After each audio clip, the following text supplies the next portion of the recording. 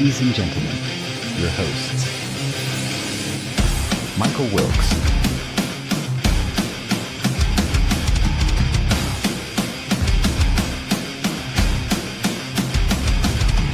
Angel Ortiz,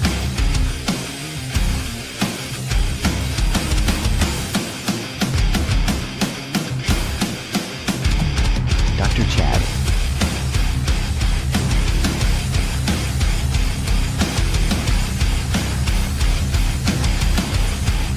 and Sam La Cavera.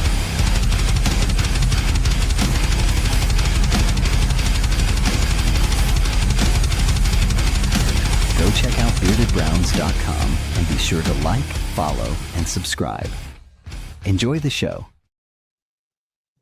Happy Tuesday, game week. Finally, we made it. We endured a lot of drama during the offseason, a lot of drama during OTAs, minicamp, a lot of quarterback trackers. All that means nothing now. Now it's the real deal. Ladies and gentlemen, we're live tonight. Thank you for tuning in. Wherever you're at, please like, comment, share below. Let people know that we're pretty cool guys, and we're going to talk about the Browns. Tonight, we have a very special guest, someone I like a lot. I listened to his podcast. I don't know how long his podcast, but since I've been listening to sports podcasts the last 3 years, one of the podcasts I listened to, All Eyez on Cleveland. He recently joined with the Browns. Browns Film Breakdown with Jake Burns. He's on there basically every day. They pump out really good Browns content, and I don't mean that just because he's here. I'm not trying to suck up to him. I'm talking about really good content.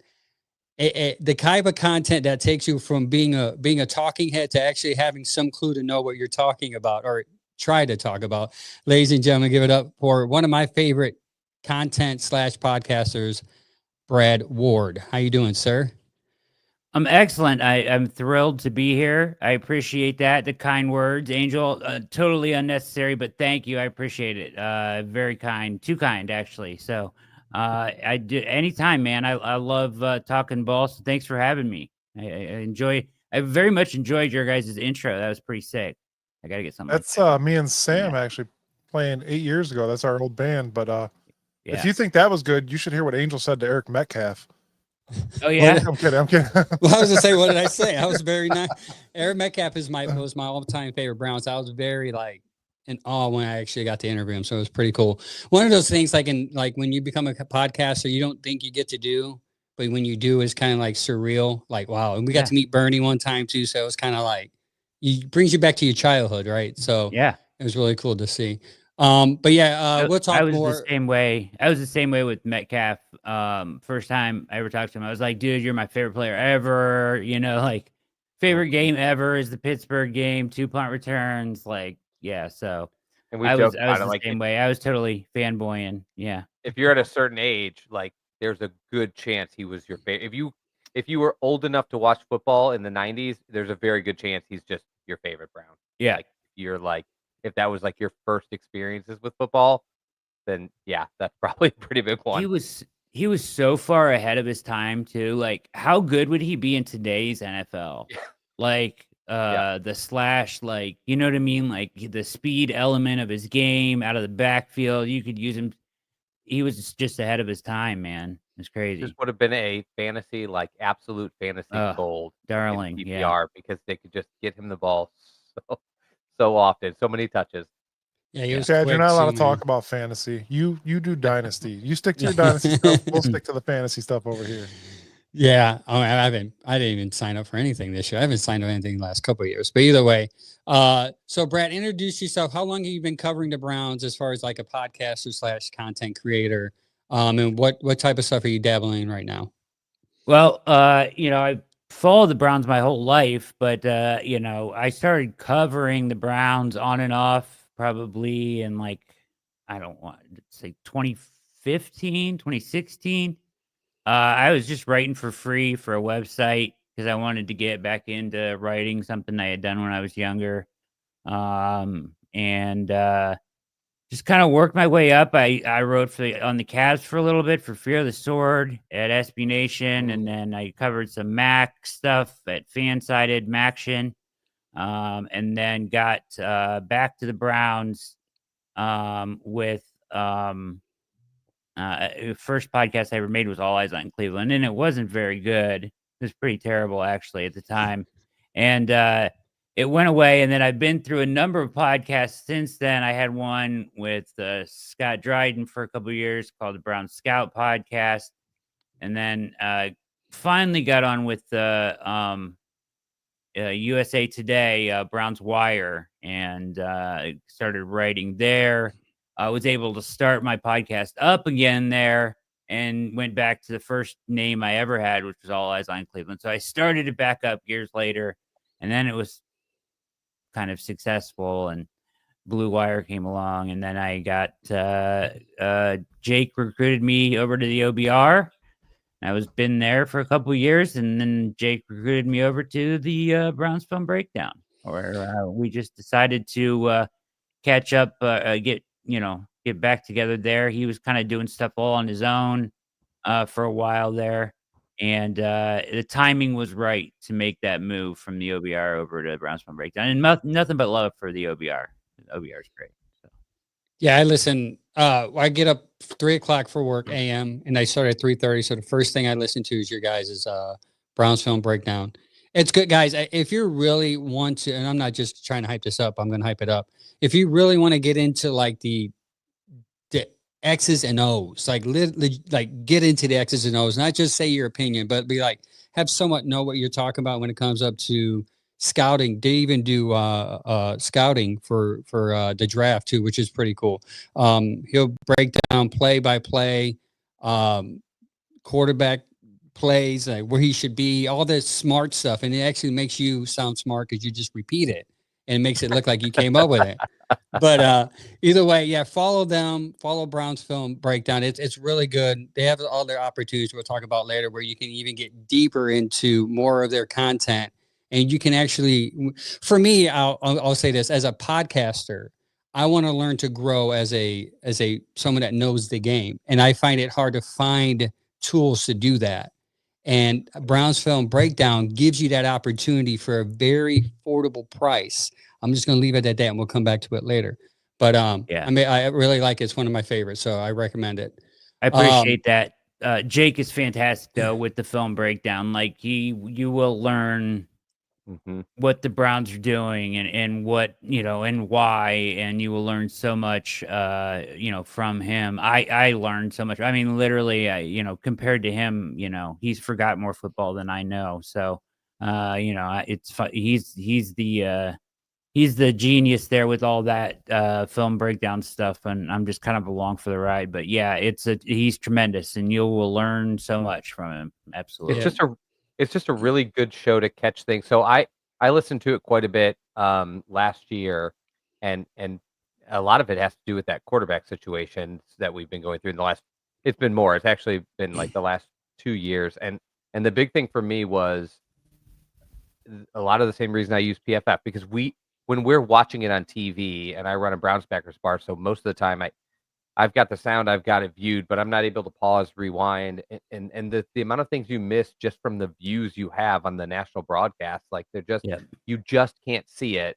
So to hear it talked about in the way that it gets talked about on Browns Film Breakdown, you get the information that you missed when you watch it. So when you have these questions about like, why isn't this guy getting rid of the ball, and the breakdown showing like nobody was open, like you just can't tell nobody was open on a regular broadcast. So. And I joke with people all the time on this, like everybody has a right to their opinion. Your opinion will be better if you take just a small amount of time to like get more information. And so that's where I think that is just an incredibly valuable Brown source, because we're all out here spouting our opinions, and there's opinions everywhere. But to actually like just, if you're gonna take a little bit of time to really like recap what's happening with the Browns on a little bit deeper level, that's the way to do it for me. Well said. Well said. This year we covered last week. Actually, we covered the final 53. Were there any surprises to you in that, how it turned out, or did you think that's the way it was, how it's turned out? Yeah, I was a little bit surprised, but I think it's kind of more of a technicality. Well, first of all, I was surprised at the number of UDFAs that made the roster. I'll just call him EMA because I can't say his name, Easton, whatever, Mascarenhas, whatever his name is. EMA made the original 53, but probably because Winston Reed was hurt, and we didn't realize that at the time, right? So that's something that we didn't know ahead of time. So it was a surprise, but there's a reason for it, right? That, you can realize Winston Reed is probably taking that spot on the 53 when he's healthy, I would assume.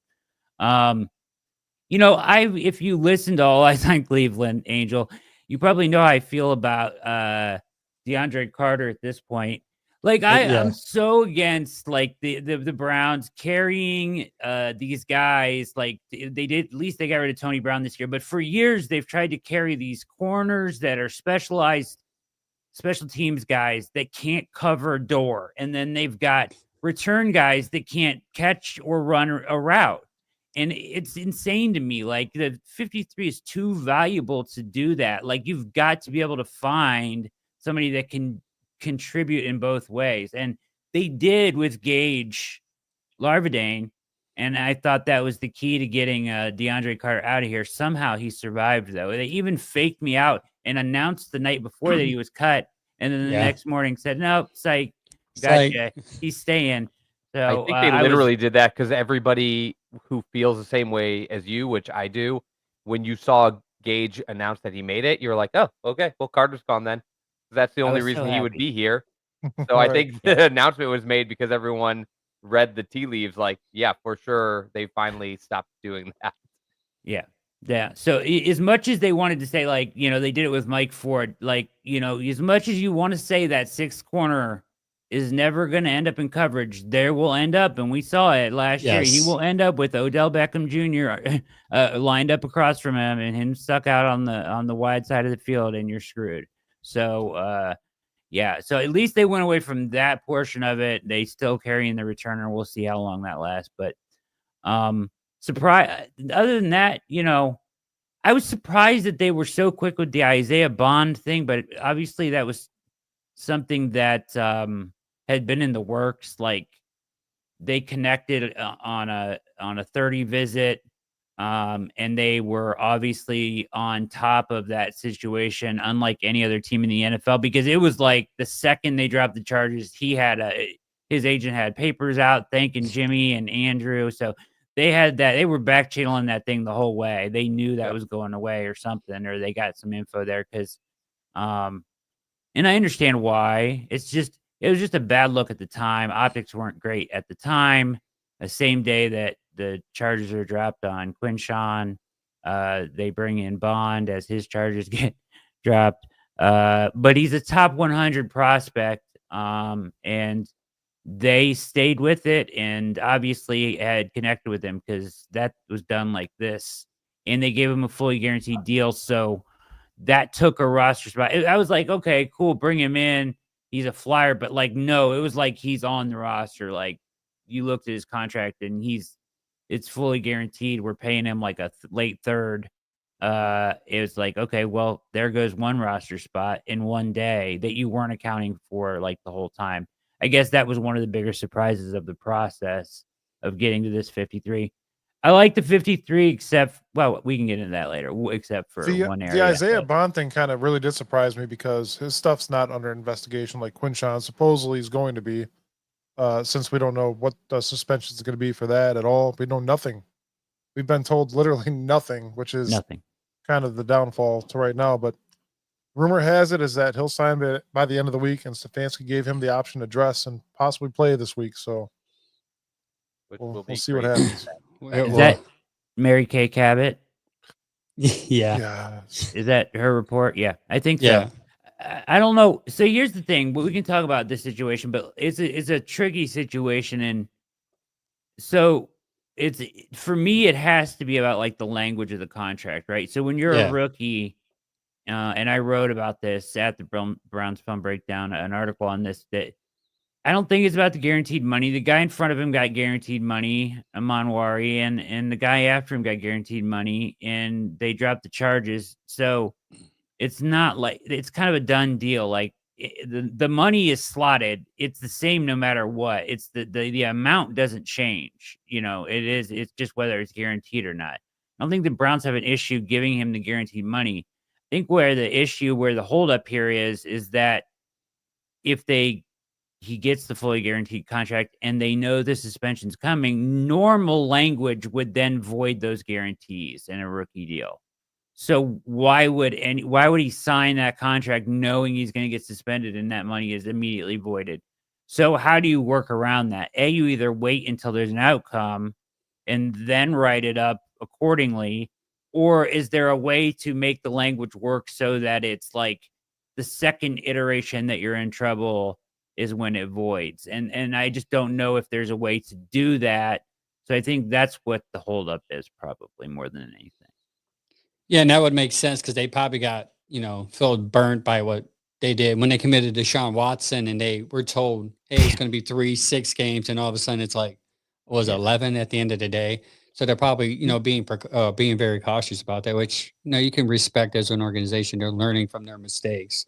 But the problem now, though, is you're getting dangerously close to him missing a game that isn't forced by the league, and that's where you're in trouble. Like, so you want to get him back and force their hand. Like, if they're still in the investigation and they want to put him on the exempt list, make them do that, because that counts as time served when they come down with their suspension, right? I'm still expecting him to get like 2 games or whatever. The NFL, they don't care what the law says. They're their own, investigation. Like, I still expect him to get something. I know the Browns don't think he's going to get anything, but this has gone on so long that I just have a feeling it's going to be something, right? Like, so force their hand, right? Like, force them to put him on paid leave, the commissioner's exempt list. And if he's going to miss time, it's on the league so that the game does count towards the suspension. That's what Mike Hall did last year. And then they said, oh, we'll give you 1 more game and it's 5 and you're done. The 4 games counted that he missed while he was on the exempt list.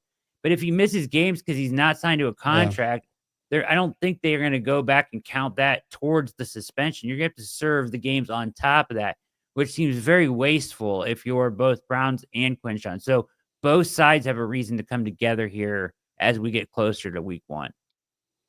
Yeah, hopefully it happens here in the next couple of days. What I'm even worried about too is once he is signed, if he does get comes back from the suspension, his injury. I mean, he really, he's probably hamstring, exactly, because we have a hamstring flu always in Berea. Someone's pulling a hamstring somewhere. That's like the injury to go to. So that's why it's like you're just suspended for 3-4 games. You're going to come back, play 2 games, and you pull a hamstring out for 6 games. So it's like it's going to be, to me, it's getting to the point where it's going to feel like a wasted season for him, and it's just going to suck in general. Because that's one of the picks that when he picked, you're like, oh, this is going to be great because you can see the fit. Whoever was quarterback, you can see him like doing running more than passing. But I think it's going to be flipping the script now with him out. Unfortunately, they picked him with the idea that he was going to be a major part of this offense for sure. 100%. I agree. Next question: Where we love our quarterbacks here in Cleveland. It's not a off season without a quarterback issue or one quick thing. Go ahead. Before you ask this question, we've already used our one Deshaun Watson on the show for the day, so that name is no longer able to be used on the show for the rest of the show. Why are you counting, Brad? There's only one. There's not 4. He found a loophole. I just called him 4. Yeah. Where, as far as the quarterback competition, where did you sit at it? First of all, what do you think of the competition, and where did you see it playing out differently, and is it where you think it should be today? Tough question. First of all, I don't like Kenny Pickett, and I didn't like it when they brought him in to start with, and it's not just ingrained in me that I hated him when he was a Steeler. So like when they brought him in, it was just like karma, I made fun of his hands every night on my show. For a You countless just hurt nights. Angel's feelings hardcore. No, Like don't. I had this little picture of him with like the Guardian helmet on that I was used to show on All Eyez on Cleveland, where he's holding the ball and he's got the big old helmet and his hands look so tiny and his head looks so big, and it's the goofiest picture Oh you've ever seen. man. Anyways, Hi, and Brad. I just exactly. Those are There it hands. is, little baby hands. And then but so like I hated this guy, and I don't think he's a very good player. I do think he got overdrafted. If I'm trying to take my bias out of it, right? Like I do think he got overdrafted. I don't think he was a first round draft pick in a better quarterback class, right? And this is the guy that the Browns choose as their reclamation project guy. Like I get it, reclamation project is the hot thing in the NFL. You're Sam Darnold, you're Geno Smith, the guys that get the second, third chance they're catching on, right? Like sometimes it doesn't happen right away. They need more football. They need to be around the NFL game more and learn. And so I understand taking a shot on a guy like that that's younger, but Pickett was just not it for me. I don't know if his hamstring fell out of his body or what, but luckily that happened on day 4. I have an alibi. I was there that day. I do have an alibi. I wasn't anywhere near him. So You didn't do it. no, I didn't do it.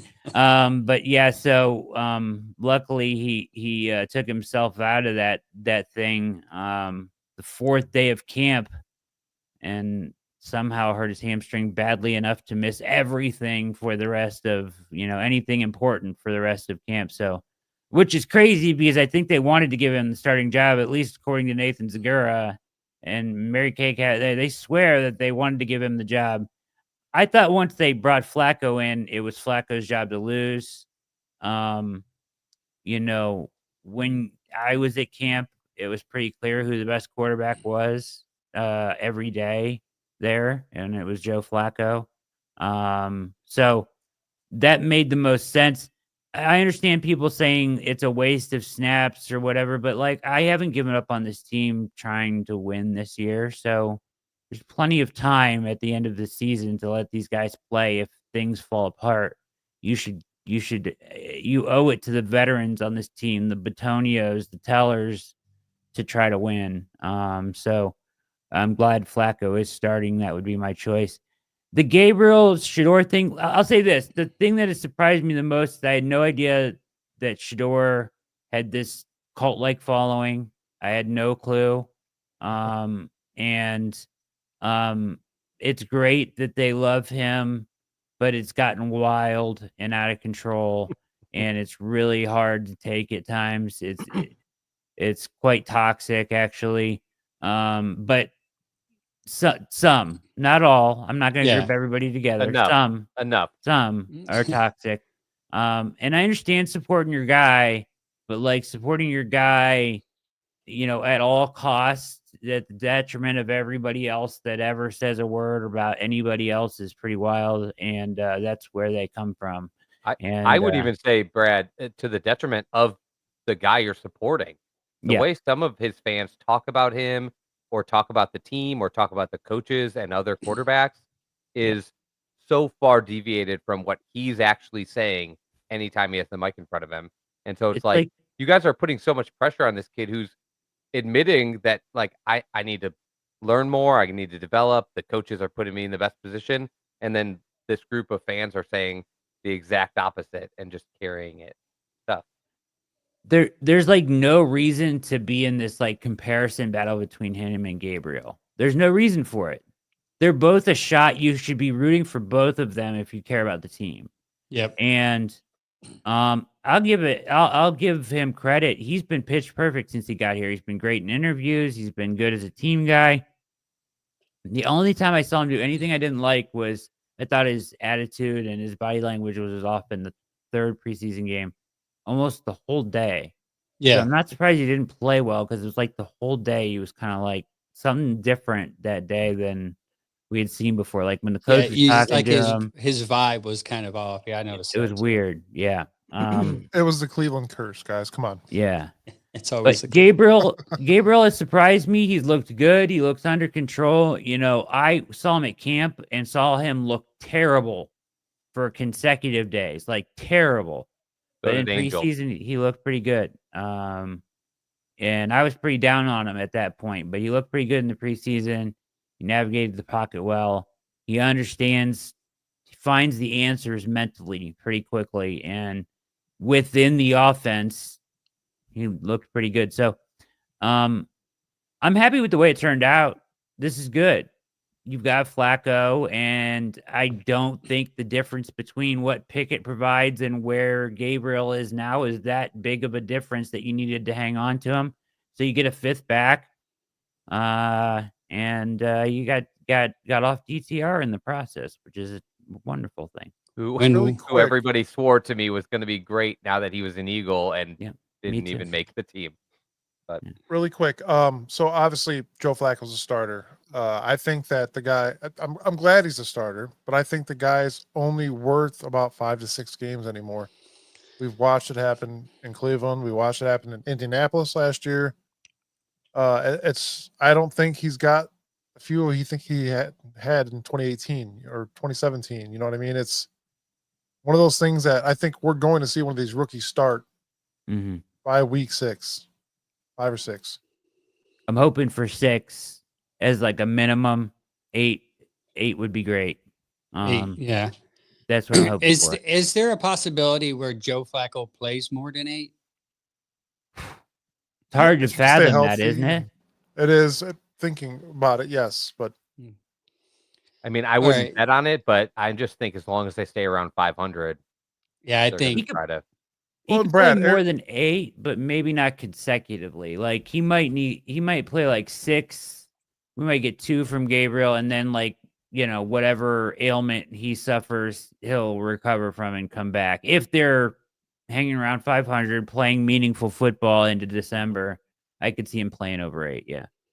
and that's pretty much what Eric Metcalf said to us a couple weeks ago. He said, "You know what? If the guy's winning games, you're going to keep him in. Yeah. But if it falls off a shelf, you're going to see another guy." He also has vouched for Flacco as well, so he was very adamant. Everybody To wanted be honest, Flacco. either way is fine with me as long as they don't look like they looked when they put in DTR. As long as if they're going to sub him, I think this time it has Yeah. to be with somebody who can actually run an offense because the team took too big of a hit from that. You had guys like borderline ready to retire. You had guys asking for trades. The team was so upset by the absolute like drop in effective football that it was just a culture nightmare. Yeah, it was. Yeah. That's why I'm hoping it's risky, but I'm hoping that Gabriel is far enough along to provide that for you. If you make the game plan, easy for him and work him into it. He seems like a sharp enough guy to be able to do that. At minimum, like he's not going to go crazy and do like some of the stuff the DTR did, right? Like, Yeah. just like, So I mean, decision making wise. Dylan's Gabriel, his release was one thing that impressed me during. I know we heard about, you read about it, that his release is quick, but when you saw his release and his decision making, his ability, even though a lot of those that are more pro Shador and don't want to give Dylan even a shot would say they're checkdowns, but I'm like, it's still the right call. I mean, whether they're checkdowns or he's not forcing anything outside of that one throw, the interception, that pick 6 that he threw. I mean, I thought he made every throw he hit on point, and he was hitting it. I'm more surprised they didn't try to go deep with him, just to show off, because I do think he has an arm, but maybe they're just saving that in the arsenal just in case they need to use it. And a lot of people forget too, like he does have legs, like he knows how to run. He just couldn't do it because of that hamstring. And I would have liked to see that aspect of his game too, during the preseason. But couple he times you could have ran for first down. The one time maybe for a touchdown.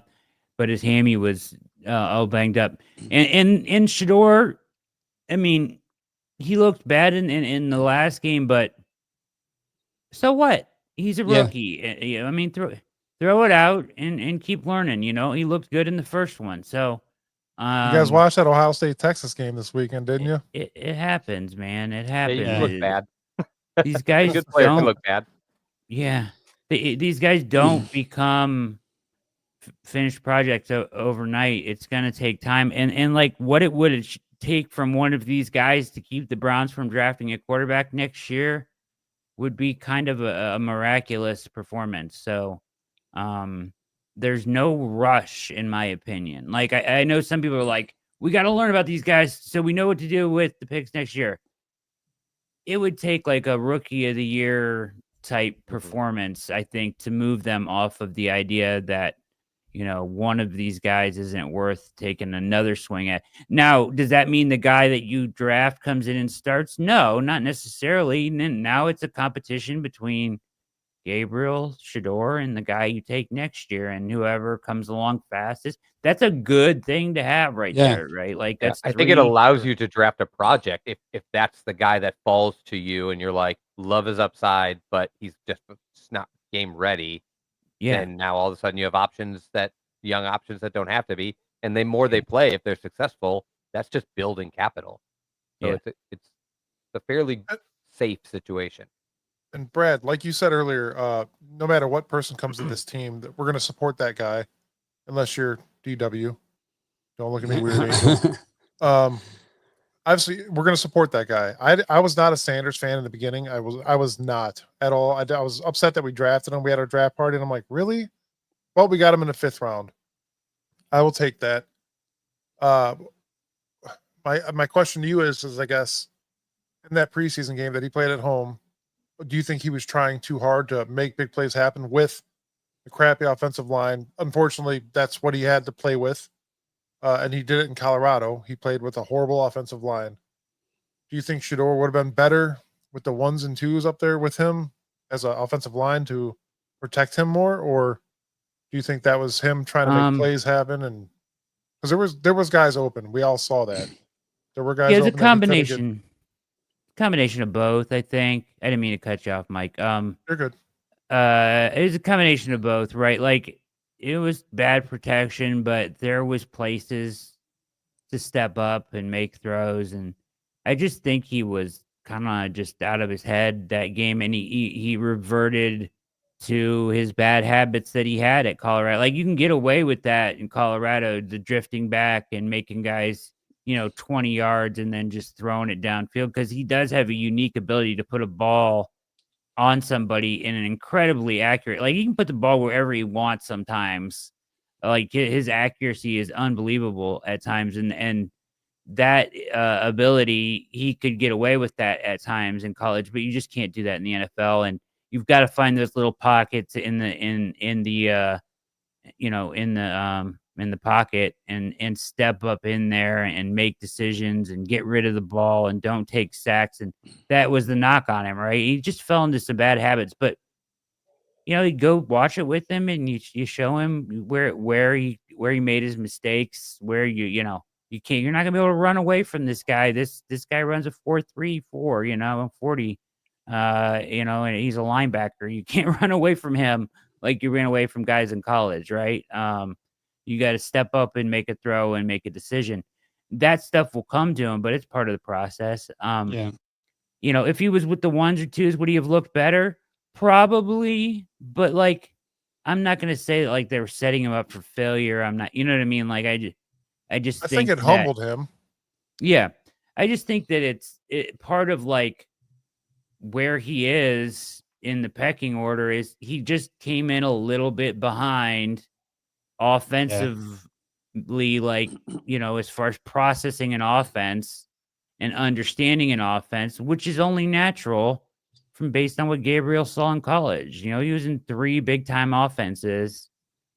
He's a little bit ahead, now, does that mean he's doomed forever? No, not by any stretch of the imagination. I actually think he has a higher ceiling than Gabriel does. So for those reasons, you keep working with them.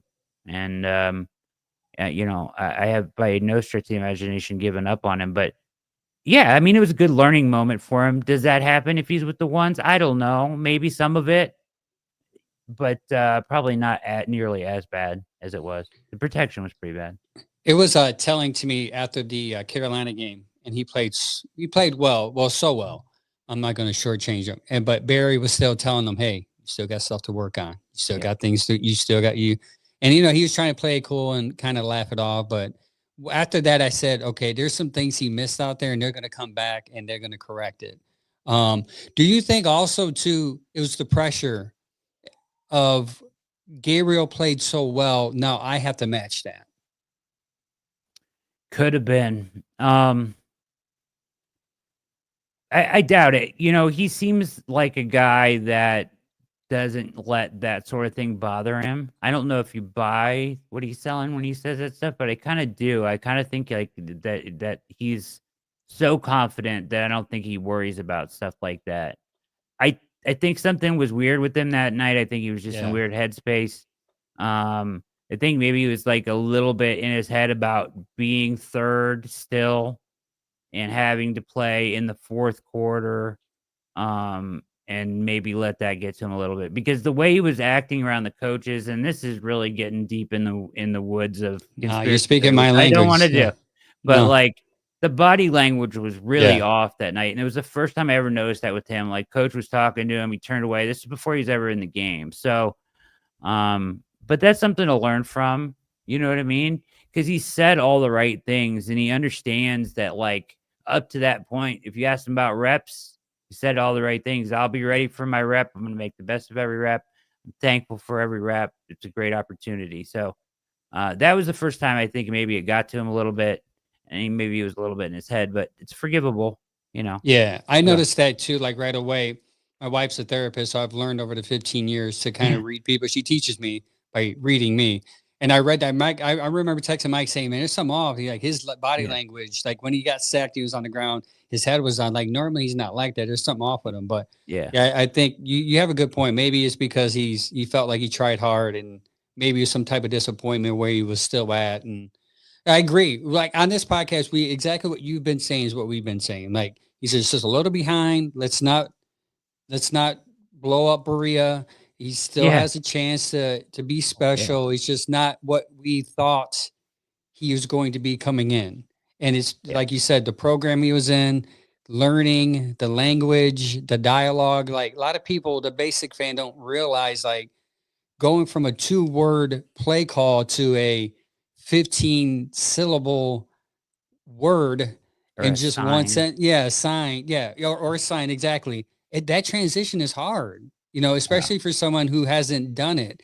Compared, like you even brought up another good point, Gabriel, who's in 20 systems in college, so he probably learned that stuff right away, you know. So he did have it leg up.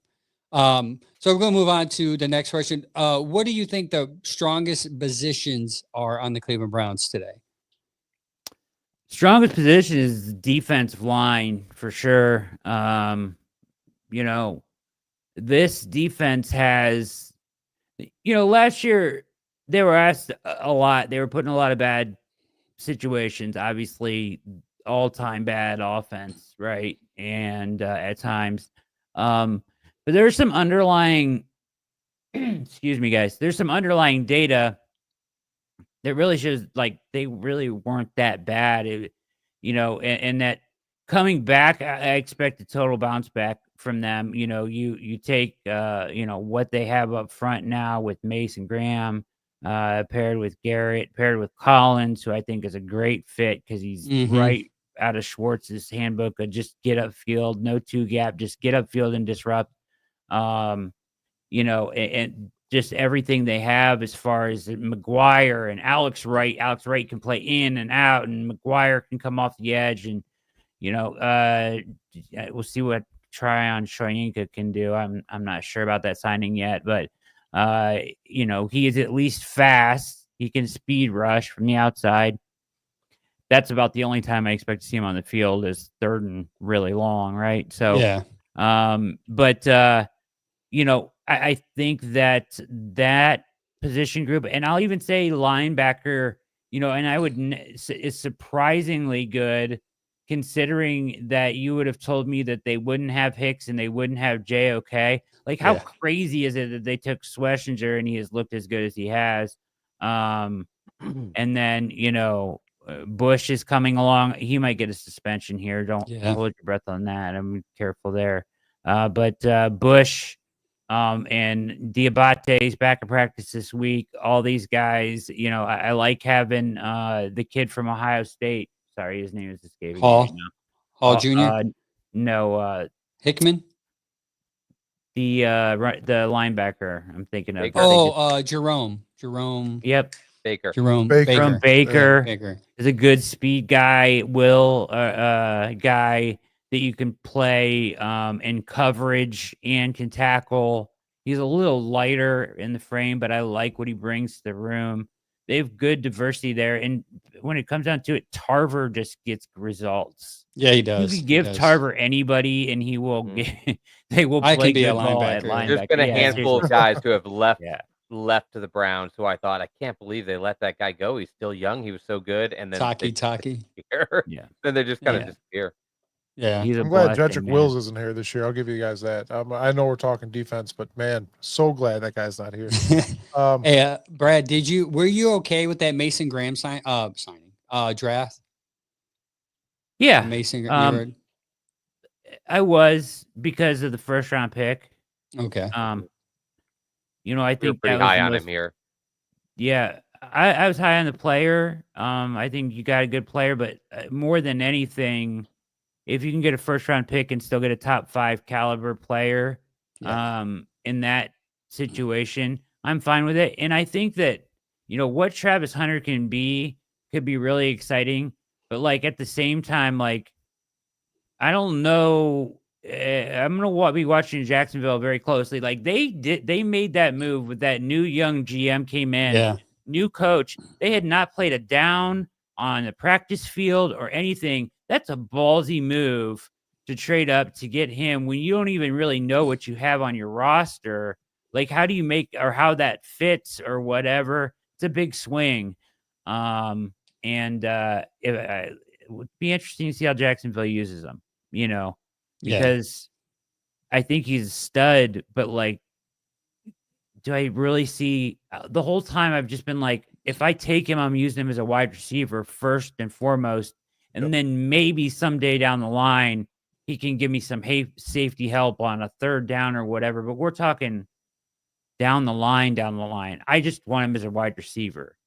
And if they're going to try to play him both ways right away, I think that's insane in the NFL. This is, Sounds you know like what I it. mean? It's just crazy. So That's going to shorten his career by 5 years right off the bat. He's not that big either. He's skinny. Well, not skinny. His frame is smaller, but we were pretty high on Mason Graham, and I like the fact they got Q in that with that extra pick, and then the extra one. I think that could be a good haul for the future for somebody who I felt like, I said luxury pick. Hunter is a luxury pick because we had so many needs, and I think that trade at least filled 2 of them this year. Well, hopefully we'll get to Q later, but hopefully he can get in and make an impact. I just think you that's want- a pick where if you have a starting franchise quarterback, you take Hunter. Yeah. If you don't, you take and there's not one sitting there, you take the pick that can help you get one later. And I think Absolutely. there's still fans that don't think that that's what they were doing. I think that's exactly what they were doing. Is we don't have one. We don't see one right here. We'll take any chance at one next year. Give us the pick. And they still pulled Graham out of that because I thought if anybody was trading up, they were coming from way deeper in the draft than 5. I was when I saw the trade, once I saw that they only had to move that far and they were still, I knew it was Graham too.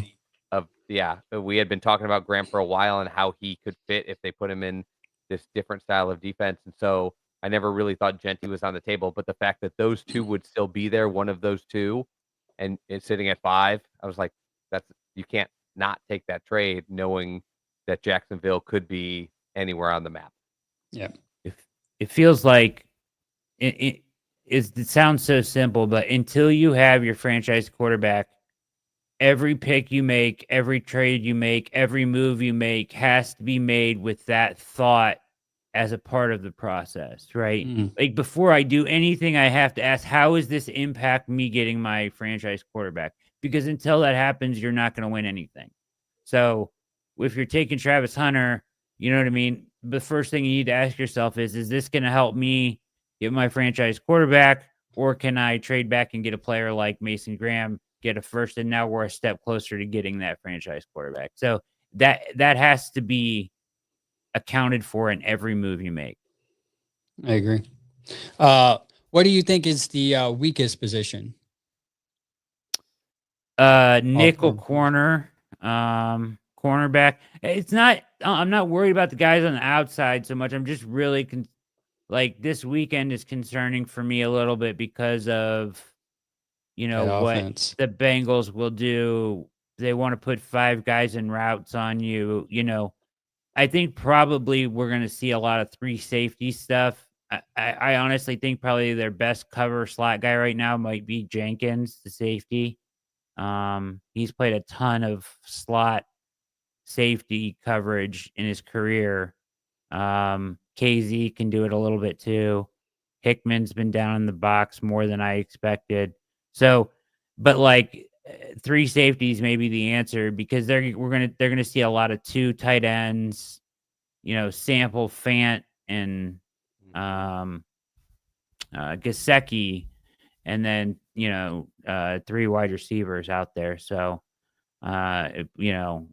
putting 5 guys into routes and testing what the Browns have. And Harden hasn't stepped up. Mitchell hasn't stepped up. Yeah. Mitchell's been really bad, actually, unfortunately. So that was my biggest concern. And I wanted them so badly to just sign Mike Hilton or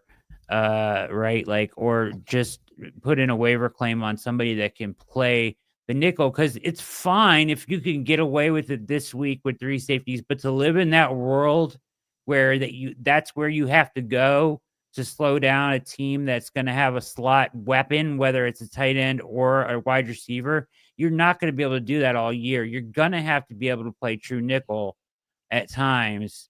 In fact, that's most teams' base defense, right? So is Harden going to step up? I hope Harden can. I'm actually kind of off of Mitchell and hoping Harden can be that guy at this point, but he hasn't really shown anything either. So that's where I'm worried about. I'm worried about their secondary, not on the outside, because I know Newsome can play on the outside. He's shown me he might be better on the outside. Yeah, the numbers show like- that he's better on the outside. Yeah. You brought up Mike Hilton, Brad. That was one of my biggest shocks of Yeah. this entire roster. It was very clear after the preseason and training camp we didn't have a nickel corner, and when he got released, I think I posted it in like 30 seconds as like, well, Yep. this is the ultimate and easiest fit of all time. I think I was actually going back and forth with Jeff Lloyd for like a long conversation about he had an incredible year in the last couple of years. He's not aging out. We know we can play in the AFC North. Like it seemed like such an obvious fit. I almost thought it was a done deal, and I guess not. Yeah. I feel so much better about that whole group if he was kind of anchoring down that spot. I was in on Beanie Bishop was getting cut. I was fine Yeah. with that. Bring him in. He knows how to play, and he can play man in the slot well enough, better than the guys we have right now. I mean, there were several guys that I would have been fine with them putting a waiver wire claim in on, and they didn't, and they ended up going out and getting an outside corner. So it makes sense of that. So. Yeah, they do weird stuff like that occasionally. That one was a the weird Browns one. will be the Browns. The Browns would be the Browns. And all the offseason chatter and narratives, I didn't find almost anything that they did this offseason. Bringing in Pickett, I didn't think was that weird. Bringing in Flacco right after wasn't weird. The 2 quarterbacks or the 2 running backs in the drafts, taking a linebacker, all the things that people like made a huge deal out of, that now that we've seen it, looks like it just all worked out totally fine. Yeah. This was maybe out of everything the weirdest move, where it was like, yeah, you have a clear deficiency on your defense, and it's probably the only one. And then they picked up people that just didn't fill that when there was people available that did. So maybe they know something I don't, but it did seem like this is the easiest choice to make at this point. I hope so. I hope they know something I don't. I think they still think Cam Mitchell can do it, which I think is insane. I've seen enough, but we'll see. Maybe he'll come along or whatever, step up. But at least early indicators this year and in his career, I'm not sold that he can do it. Yeah. So, Go ahead, Mike. I was going to Sorry. say real quick, the Bengals defense isn't untouchable by far. I think if Quinshon Judkins comes in this week and plays without Camp, I think that dude could run all over him. Even Jerome Ford. You might see a lot of things that are going to be surprising this week for this run offense against the Bengals defense. I think. Passing wise, I'm not entirely sure. I don't know where to go with Joe Flacco in week 1. Unfortunately, it's tough to say that because you want the guy to do great. You want him to thrive and be good. But I think the run game is you're going to see a lot of running this weekend. Run. Speaking Defense of is the, suspect all over. yeah, mean, that Cincinnati defense is. Yeah. Brought in Uh, Al Golden, who strangely enough coached with Tommy Reese, obviously at Notre Dame, and then so you get that weird mixed match there where they were at Notre Dame together on the same staff, where he's the DC and Tommy Reese is the OC against each other now in this game on Sunday, which is a weird twist, but It'd be cool to watch them fight midfield. Just battle it out right there. Battle it out. But he came in and they're talking a lot about collaboration, this and that. The thing for me is the personnel is the same. It's the same personnel. Hasn't changed. I mean, Shamar Stewart has changed. They brought back Geno Stone. I'm not really sure why, but I'm not sold that the personnel outside of a couple pass rushers can slow down. You know what I mean?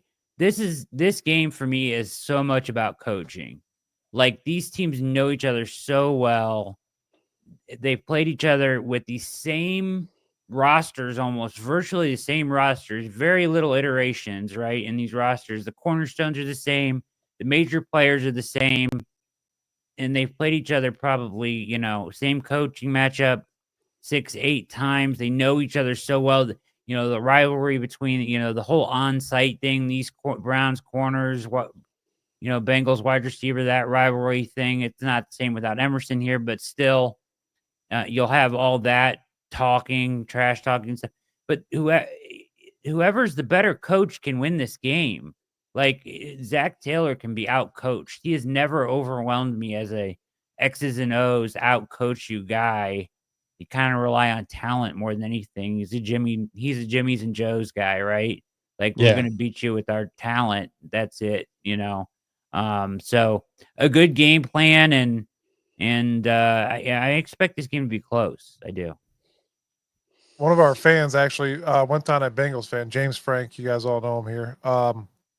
And posted Joe Burrow's getting sacked by Myles Garrett, and they're all saying it ain't going to happen this week. It's going to happen. I mean, he averages 1 sack a game against them. I mean, if you're right. If you're betting, that's probably not a bet I would make. Yeah, he right. averages. He sent me a text, and I'm like, that's and he going averaged that sack without a better. I mean, he has a better defensive line than he's had since he's been here. I mean, he's got Mason Graham.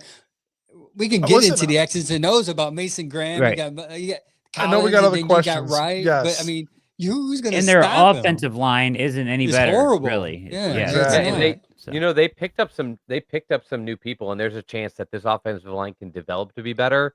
But to expect the rookies they brought in, and then a guard at tackles, and then a guard that they brought in who looks like he could be their starter like days ago, that's Dalton not, Risner. Yeah, that's not a recipe that makes me think that week 1 they're going to be lined up and ready to play as a unit. So I'm feeling like that is a very obvious key to the game, is this defensive line getting a ton of pressure and getting in on Burrow before he has a chance to pick apart our secondary, which is where we have some questions. Yeah, they wouldn't declare their starting corner opposite Cam Taylor-Britt or their starting right guard. They don't. It's week 1, bruh.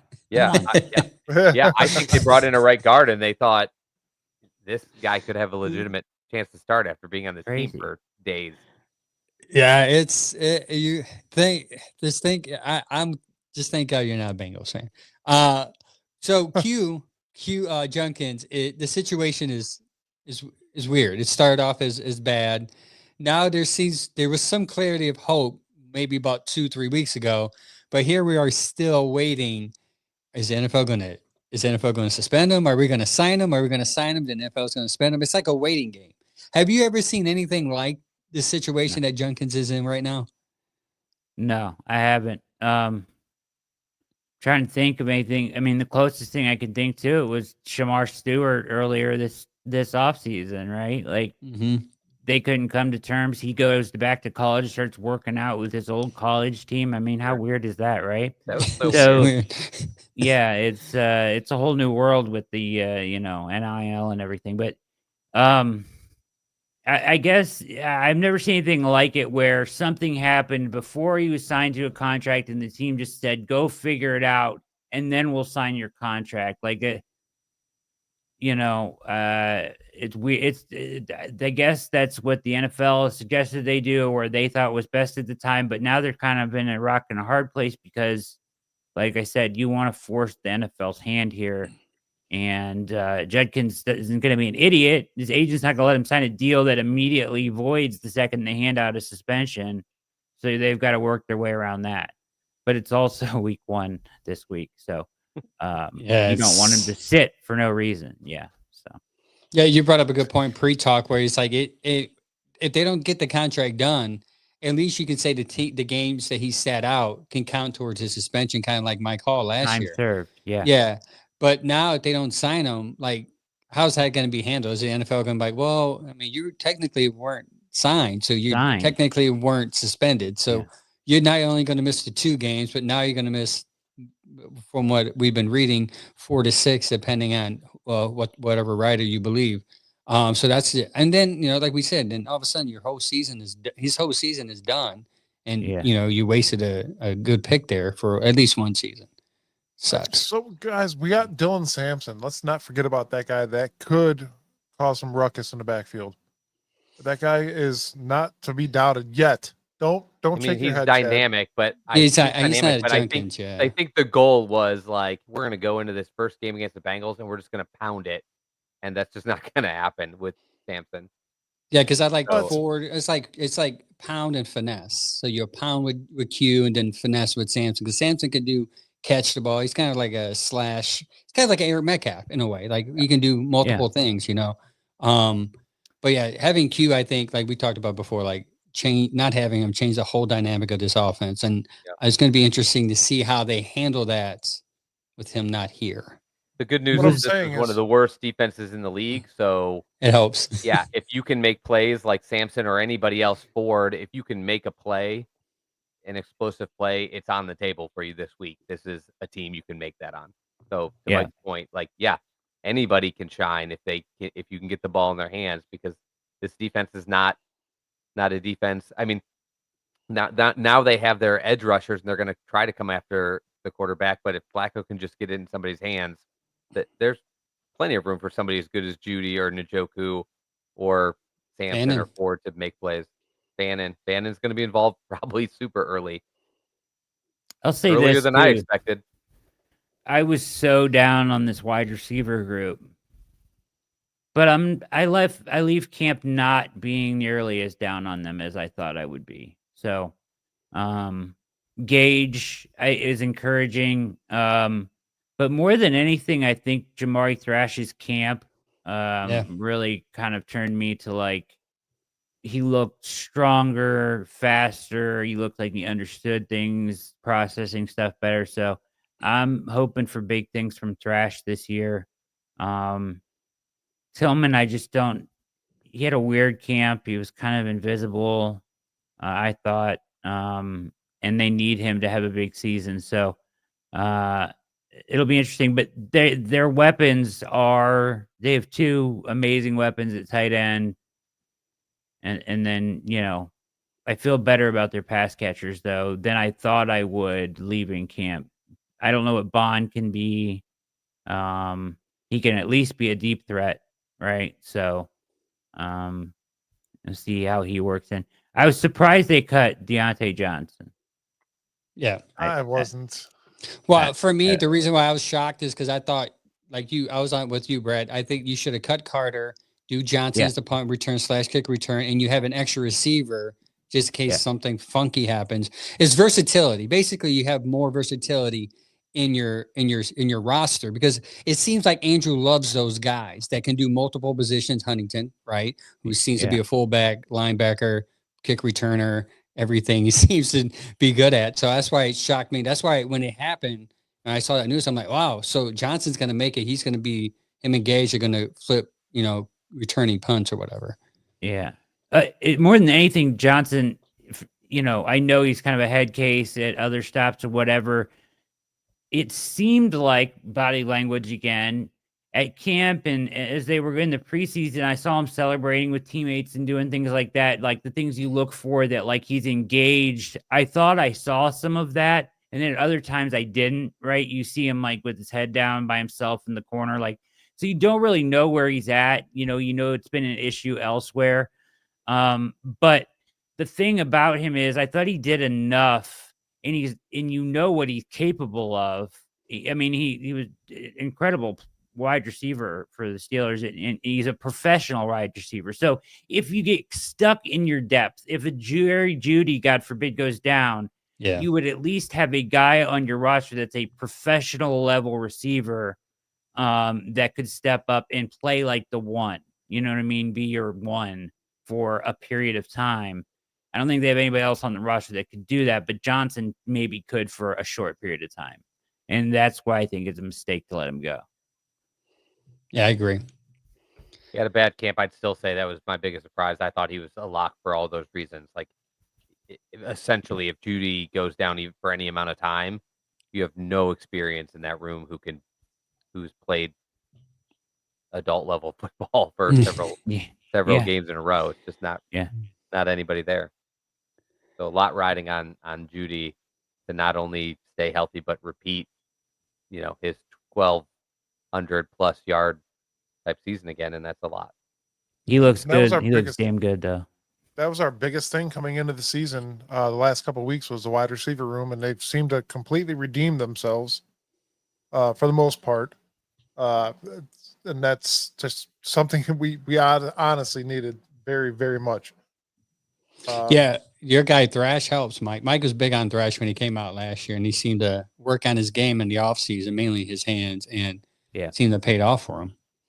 I've been big on Thrash, and I'm so hopeful to see a lot out of that kid this year. So what is your 3-game range of wins-loss record for the Browns this year? You did the complete. And can I give you 4? I'm going to give you 4. Might be too wide. I'll give you 4. 6-10. 6-10. Yeah, that's about what we would say. I felt like we said that last week, right? 6-10. If you made me pick, I'd say 7-10. Oh, so you're higher than me again. They could win 10 games. They could win 7. They could win 6. Honestly, but I think that they're better. I think they're better than most people think. The cornerstones are still there, and people forget about that. They just see the 3-14, and they forget how bad Watson was and DTR was, and what a mess that was. You just forget all of the nonsense that led up to that. So I think there's more talent here than people realize. But like, if you listen to like Albert Breer, he'll tell you it's still a talented roster. You know what I mean? So on paper, we are, and that's what people underestimate every year. But there's a thing that you build as a team is camaraderie, and I think the last couple of years with the Deshaun Watson, damn it, I said it, in the locker room is kind of a buzzkill to everybody. Like, this guy's getting paid this massive amount of money and not even playing. And that is a buzzkill to some people. It is. I don't care what anybody says. These guys are here making, there's a quarterback train. You guys hear that? That's very faint. He is an energy succubus. He was. Yes, exactly. And that's what killed this team, I believe. I'm not going to say that we're going to win the Super Bowl this year. If we do, then, man, I could die in January sometime. I'm cool with that. But there's a lot that needs to be focused with on this team that's going to put all the speculation aside, and they got to figure out what they're going to do that's going to make things right and look like an actual NFL team that could surprise everybody this year. And I think it could happen. So, Brad, we started this podcast almost 3 years ago now, and my high hopes have dwindled more and more every year since we're into it. You know what I mean? Sure, the same has Sorry. happened with most of us. But He went from a fan to a realist. He's like, I was a fan. This podcast ruined me. oh no, Chad will call me Yeah. a fan all day. Yeah. But He's still more of a fan. Yeah, he's still Then he's we still are. Yeah. he's still got Still a fan. more fan energy than I have. But Yeah. but I it's because we get so mad. We get mad. We get upset. There's certain things that need to change, and I think Kevin Stefanski could do it. He can make this team what it should be. I think there's plenty of opportunity to make that happen. Just we need to get our head out of our asses this year and really grind to win those games. And I'm with you. I'm thinking between 7 and 9 wins. Unfortunately, I don't think we're going to make the playoffs this year, but I'm trying to be as real as possible, Chad. 7 to 9 wins is what I'm giving us. That's where I'm going to leave that.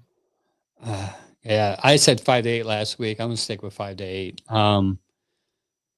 So let's yeah. So we actually have a game this week. Is that exciting? A game that we talked about a little bit. A game that's winnable. So tell us a little bit about this Bengals team from your perspective, and how should the Browns approach this matchup? Like they always do, because they got their number, right? Like, Yes. so, you know, I'll be interested to see what taking Emerson out of the equation changes things, obviously, as the way that they have been able to slow Burrow down. The opener 2 years ago, right? You go back to where they won 24-3, right? Nightmare day for Burrow. But like they have done a good job of keeping him uncomfortable and limiting his options, making him make quick decisions. He can do that. He can beat you that way, but the Browns have had their number because they've played man tight coverage for long enough, right? Like you can't, another second and you're screwed, but they've just had the timing down on these things right? Like to screw with the Bengals offense, which is, our Jimmies are going to beat your Joes basically. And I think the pass rush is good enough to continue doing that this year. My concern is that without Emerson, even when he was poor last year, or I think he was playing hurt personally, but even when he was struggling, he still provides the length to give T. Higgins problems and things like that, right? So, I wouldn't be surprised if they get more creative on the back end, like put Ward on Chase or whoever you're going to line up out wide. Put Ward out there, leave him alone on an island, let him play man to man and zone up the other side of the field, right? Like maybe we'll see some quarter half stuff or some split field stuff, like that kind of creative stuff, pre to post snap. Try to confuse Burrow a little bit, give him different looks. Sim pressure stuff and have him guessing where people are coming from all the time. This is what has worked in the past, and I think they continue doing that. On offense, I think you can find success, especially week 1. I think that they'll have a good game plan in place. You'll take your shots on play action with Flacco down the field, try to hit Judy a couple times, get Sampson the ball in space, get Ford the ball in space. Get Fannin involved, get Njoku involved. But yeah, I actually feel better about this game than any other one in their first 6. So yeah, I agree with that 100%. I have one more question for you, Brad. So obviously we've seen quite a bit of Mason Graham on the defensive line. Without Myles Garrett out there, we've seen Mason Graham getting double teamed. Yeah. What do you think the defensive line again is going to look like with Myles and Mason and the other defensive line starters out there? What do I think the offense is going to do to him? Yeah, I mean, obviously you can't double team both of them. Mason Graham's they're going to double Myles. It's going to give Mason Graham.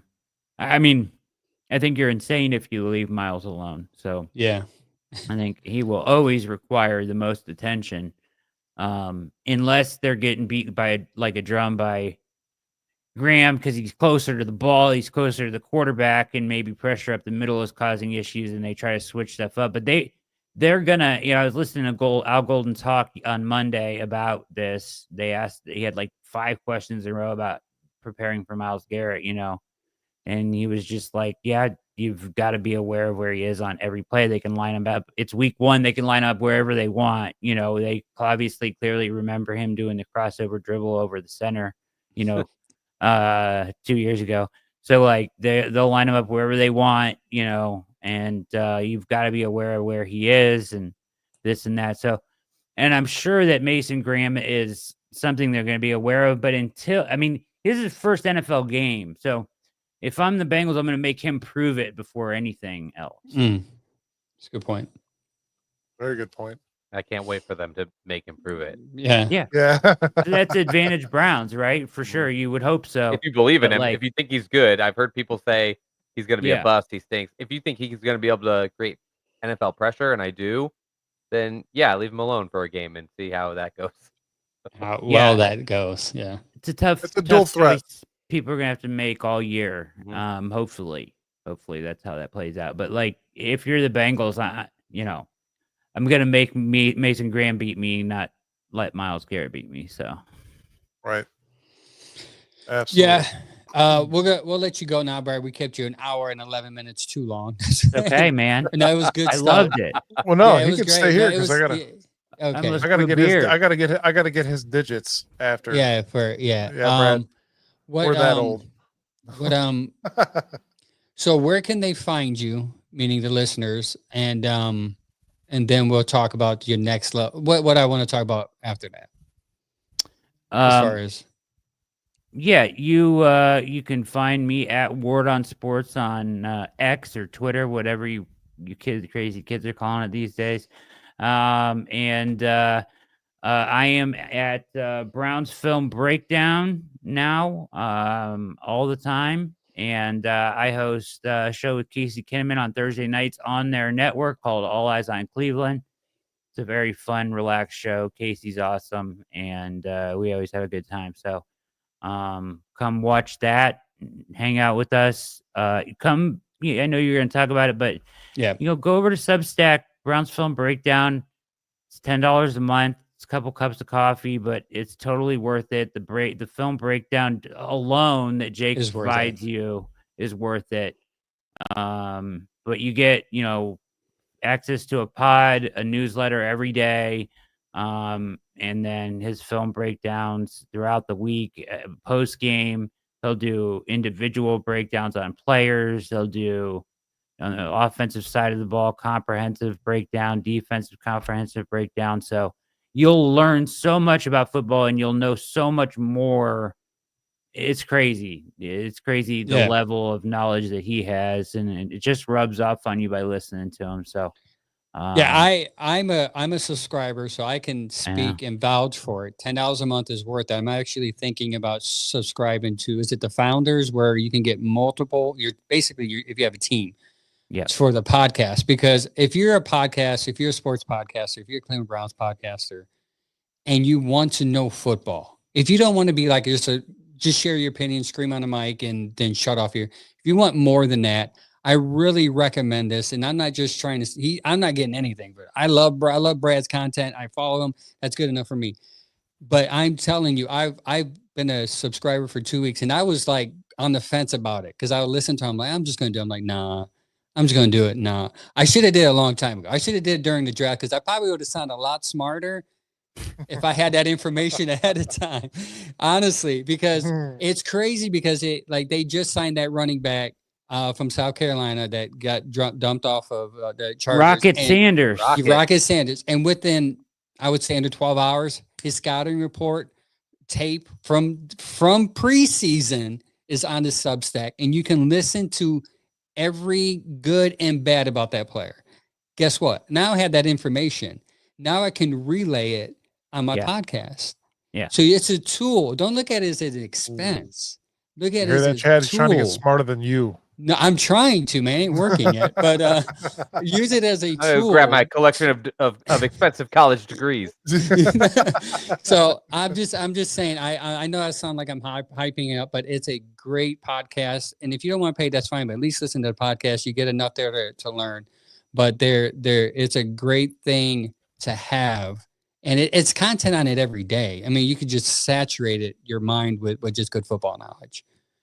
I appreciate the kind words, Angel. It's amazing. And then now we're in a chat together. So I forgot. Thank you for bringing it up. And they also in the chat. So I'm gonna tell you a story real quick. I was in Geneva on the lake.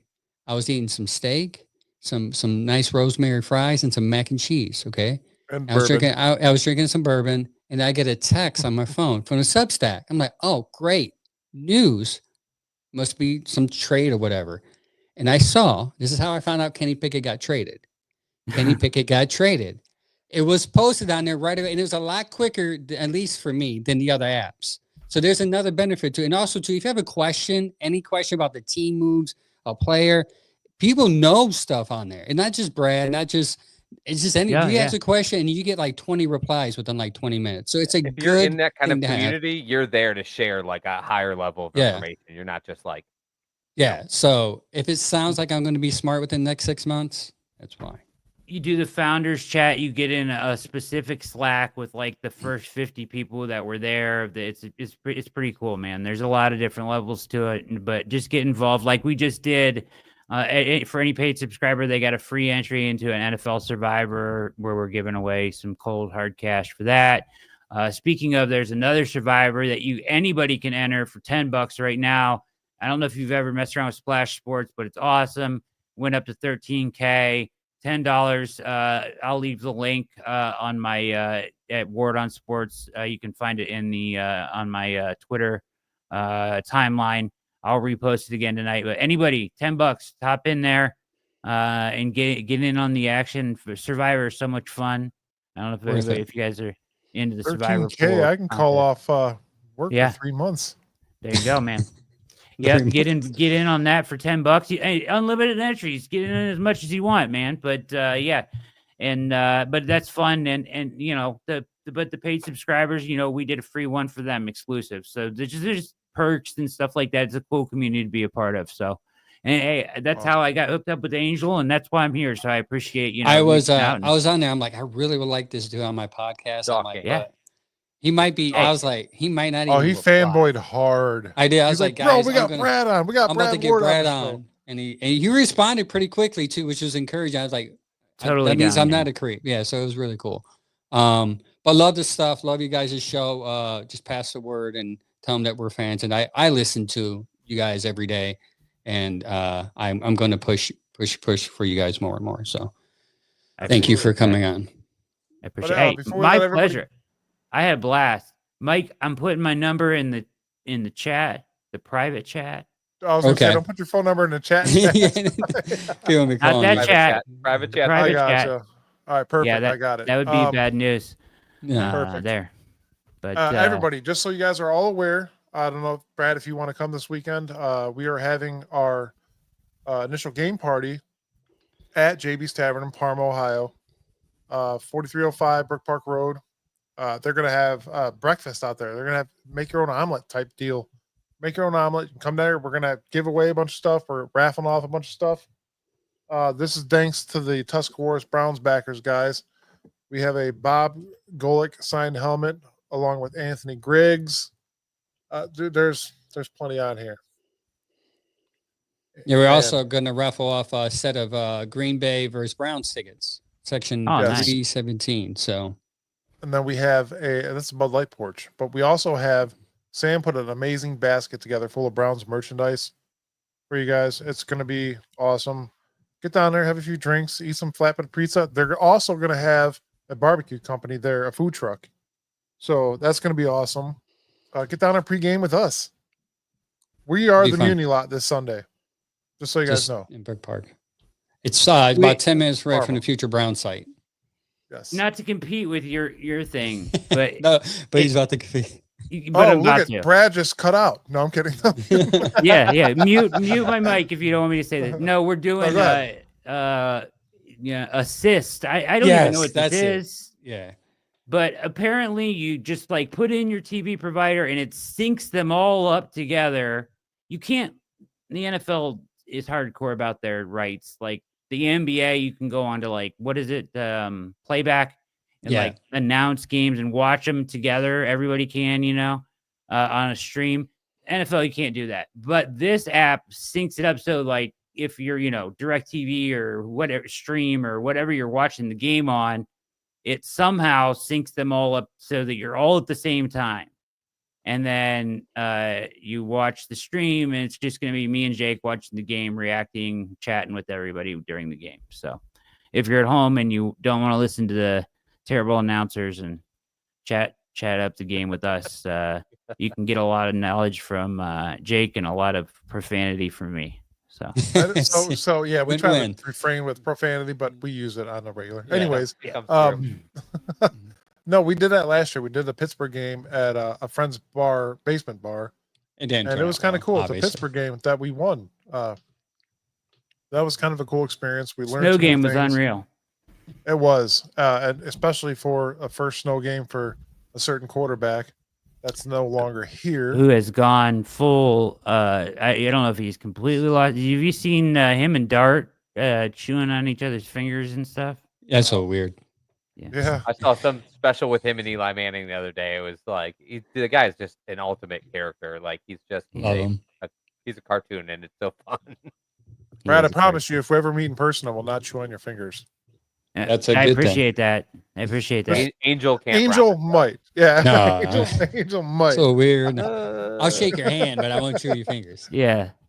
What I mean, He's that's gonna at savor your the flavor. your danger, not mine. I mean, you don't know where my hands have been. Oh man. Thanks so Brad, much. thank you Thanks so for much, coming man. on. All right, appreciate you guys, Chad, Appreciate it. Mike, Angel. We'll talk, brother, and anytime, guys. I'll come back anytime. All right. Appreciate you appreciate you, man. guys. All right, thanks for coming out, Brad. Yep. Thank you guys. All right, go Browns. Awesome. But yes, Yeah, he's good. that was Told you awesome. he was good. Yeah, he's good, dude. We're still live, right? Yeah. Yes, we're still live. So I love listening to I love listening to those two guys. I mean, they're just. I'm telling you, it's worth it. I'm probably going to get it for the group, so don't be surprised if you see it. I've been following Jake Brad. I just know Brad from OBR. X, and then he's been popping around. Once he was on the OBR, I saw him on all sorts of different shows. Whether it's he was with Pete Smith for a while. I've seen him with Corey Kinnaman.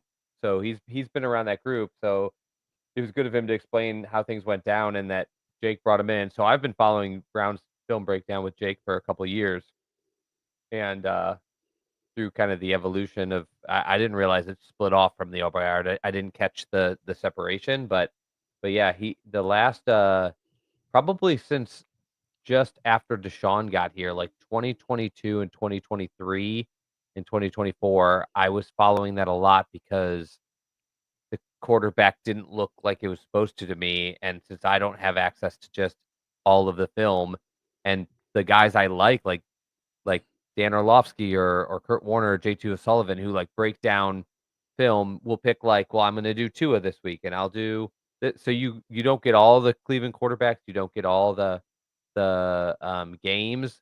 So like I had found that as a source for it's like I need to find out what's going on. Is the coaching going crazy? Is the quarterback play bad? Are the receivers just the worst in history? And it really was an eye-opening thing to hear them go through each game play by play and breaking down what happened on each play for you to have a chance. It's like I always tell people with PFF, the things you can't see, it's good to have a source. Yeah. When you weren't able to see it for yourself, even if you're really good at the game, we just don't have the access. Like you just can't see everything that's happening on a play. So I got really big into that show, and now Sight, because of the fact that it gives you just a piece of information that you can go to. And even if you're not going to I'm not going to follow every breakdown. I don't have the time for that. You watched a game, things didn't go how you expected. It's a really good reference to be like, I'm going to check out their video review of like what actually happened there. I wasn't even thinking about it during the off season and the draft stuff and post draft coverage of the players we got. Like that's a whole nother level too. Yeah. Yeah. So that cool. $10 a month, you get I mean, you get that full coverage, That would be right back, gentlemen. Sorry. into the off season and stuff like that. So that's why for me, it's like as someone that does a sports podcast, like you want to start investing in yourself so you can. I mean, that I know it sounds funny, like sound smarter, but you want to move away from the surface level analytics or Yeah. talk, And So I you just want to don't be think like, Browns media and coverage is that good. And you get a lot of people I've called out earlier that were like, Dylan Gabriel sucks. He has no chance. And so they stick to that through the entire preseason. Then you actually get to see him play, and you're like, maybe not. wait, this is not what I was told. And again, then I watched the film breakdowns from Dan Orlovsky, JT O'Sullivan. I know I had already mentioned like Chase Daniels did one. Like you can watch their breakdown of the preseason game and just Shador and Dylan's snaps, and then you get like a much wider view where they're telling you like what routes the receivers are supposed to do. That interception from Dylan, how should that have looked? So it's not just seeing what happened and judging off like the surface stat or the result of a pick six. It's finding out like why did this happen? Whose mistake was it? Where do we harness the blame? And and it just gives you a better ability to know what's happening on your own team. Like I just don't understand the type of fan who's like, I'm not interested in knowing more what's happening in this team. I just want somebody to tell me if this guy sucks or not, and I'll just believe it blindly going forward. Like Browns fans are smart enough to like come up with those opinions if they're given all of the information, and I just don't think that we have been for years. Listening to guys rant on the radio, That's it. journalists put out like targeted narratives or clickbait, watching somebody put up a stat sheet of like every throw in training camp with no context. Like that's all bad information that can actually make you dumber. It can literally I'm so make sick of you clickbait. I am so less. sick of it. And there's so much of it, and it's so hard to weed out. But like when you In hear case you them guys want talk, to know, if we believed all the clickbait, we would have no quarterbacks right now. we'd Just be in trouble. for the Yeah. record. Yeah. I don't know. And so it's just like, yeah, finding sources. It's hard to find sources, and I'm always looking for them that can help you. I've said this so many times. I thought I knew football pretty well. I played football. I worked with athletes and the football team specifically when I was in college. I've worked with athletes after. Until I lived with somebody that was an NFL player, I thought, like, compared to other fans, like, I think I pretty much What got this position game did you down. play? And then conversation for another day. I stopped around. But then you live with somebody in the NFL and you watch a game with them, and it's like when Tony Romo or Peyton Manning are telling you what's going to happen on this play before it happens. They can do that on like every play. They can tell you what went wrong on every play. They know the routes that receivers are going to run based on formations, and you're like, okay, so I thought I knew football pretty well until I hear from guys that just have a much higher education in it, and you're like, okay, I've got to learn so much more. Like, because they just know it at a level you can't. That's why when people say things like, oh, how could Shador be behind? He in college, he grew up with his dad that played football. I'm like, because you do not understand the level of change between high school to college to the pros, and depending on the system you're in, how complicated that is. And if you're thinking about it, you can't execute it. You can't. They always talk about how the game speeds up for these guys. The game doesn't speed up. They just stop thinking because they got it. So I don't know. That's a good way.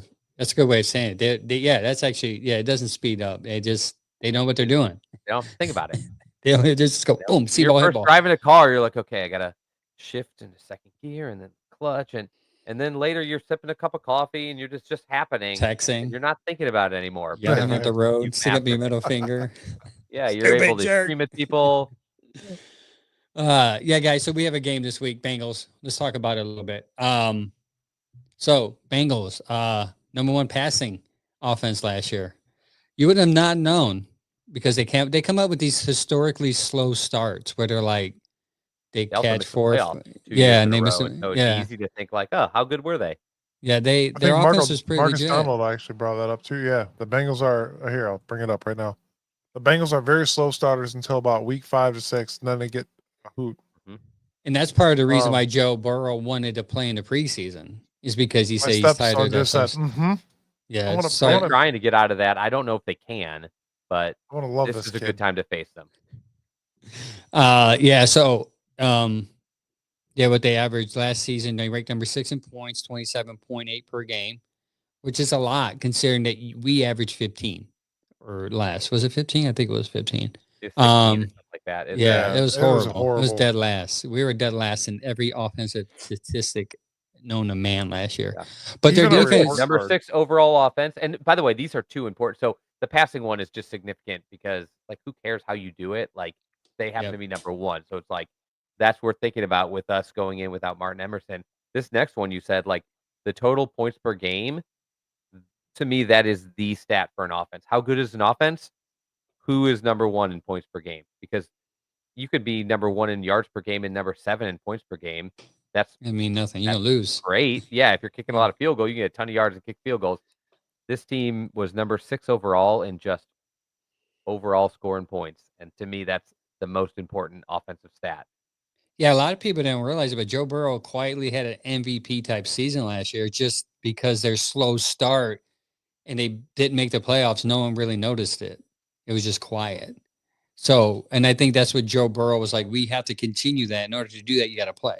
So that's why he played in the preseason to his deficit because the offensive line looked horrible, the third one, and he almost got tore up in a preseason game. So they took him out. But the defense, their defense is ranked 25th. They allowed 25 points per game.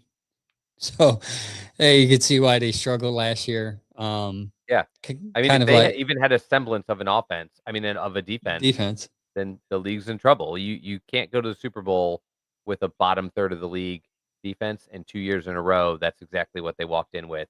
It almost looked like that Super Bowl year, they had a really incredible offense, a really nice balance on defense, and then the money came in to pay Joe, Chase, Bates. Higgins, and they're like, Yep. I guess we just aren't going to pay any defenders, and that really affected them. I thought the whole time they should have let Higgins walk because Burrow's good enough to make somebody else good, and they should have spent that money on like a major defensive piece, and they just Yes didn't do and it. no. There's certain scenarios to the Bengals that are kind of off-putting, if you will, I guess. I think they are a great team. Clearly, they are a great team. Their defense is not great, and that's where they should have built pieces because obviously the Browns go in there and other teams go in there and score on them, but you're gonna win games by scoring points, Yeah. and that's what we've talked about. And the Browns need to do that. I think this year, fingers crossed, guys, fingers crossed. We're going to score more than 14 points average a game, or It's 15 two I points, do touchdowns. whatever think it that. was. Yeah, I do think that. Yeah, I don't know. I'm we need obviously not as high of them as you, Brad.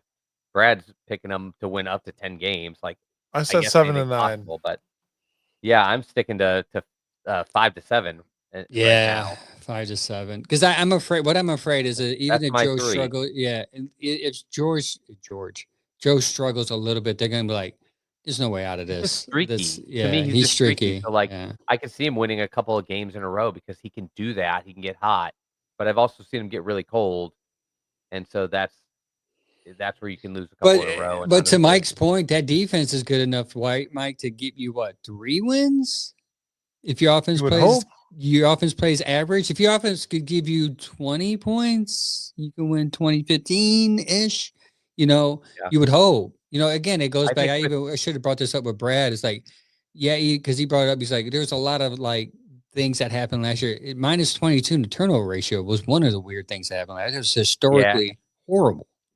Yeah, but Honestly, what's interesting about that is our defense struggled last year because they were on the field. We've talked this Yeah. to death about, like, they've been on the field too long, they were discouraged, all this stuff, but they still had a lot of very high metrics, and Brad brought it up earlier. They Yeah. still were at the bottom of the league for getting turnovers. That's a stat that if you look at it year over year, that's kind It of the changes. analytics world. It changes. Yeah. If you're a top 5 defense, one year you might be 20th in turnovers.